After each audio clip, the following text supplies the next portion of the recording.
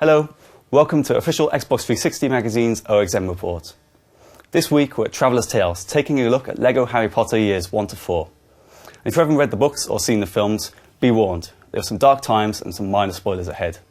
So you start off in year one, there's not really a lot of fighting goes on, it's more about the characters and things. So what else have you done with the first book to keep people interested?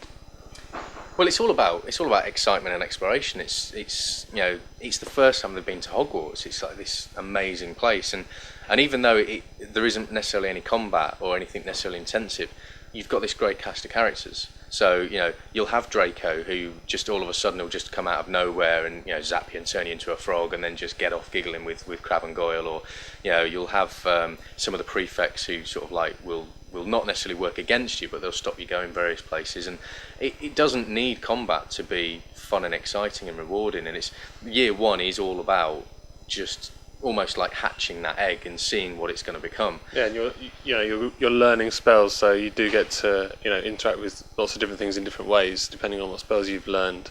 You're still sort of getting your bearings in Hogwarts. You're sort of learning where stuff is. Oh yeah, that's where I can go outside. That's where I can go to go on the broomsticks. That's where I go to do my lessons. And I think by the time you're getting through the story in year one, you are actually getting to the point where we are having more combat in the levels as well. One of the things that always surprises me about the LEGO games is how you manage to take a LEGO man or a minifig and make it recognisable as the character they're playing. I mean, it must be a bit of a mission to do that. I think that's all credit to the animators, because they really, they tend to be fans of whatever we're working on. So that all the guys that make the characters and animate the characters are big fans of Star Wars, big fans of DC for Batman, and really big fans of Harry Potter as well. So you say they're obsessive about the detail, and especially when they're making the characters, they will spend hours getting the hair exactly the same as the plastic figure. Absolutely. And you think, why are you taking so long? But then when you see it in the game and you look at the toy, you look at the character in the game, you just go, it's exactly perfect, and it means that it just feels more authentic that way. And do you guys have any kind of favourite moments so far in terms of like the things characters do or the little cutscenes? I mean, I love Fang, and because he can dig, he gets to play as a dog, a Lego dog for the first time. It's great when he plays dead. He just dunk and he just plays dead. It's just like what's going on? He chases his tail. He scratches, and you just really you believe that he's a dog, a real dog.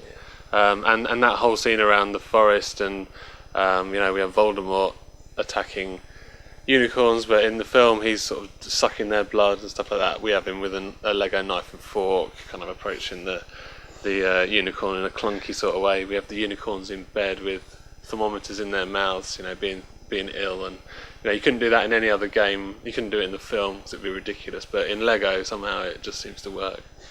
Even just in year one, there's a load of great funny moments, whether it's like lullabying Fluffy to sleep, or even whether it's in the sort of like the Quirrell Voldemort reveal. Year one's full of moments, and then years 2, 3 and 4, there's just loads. It's just even working on it, knowing what's going to be there, because we've obviously designed it. When you see the final implementation of what we've come up with, you still sit there laughing, even if you've seen it like 4 or 5 times. It's really, really good.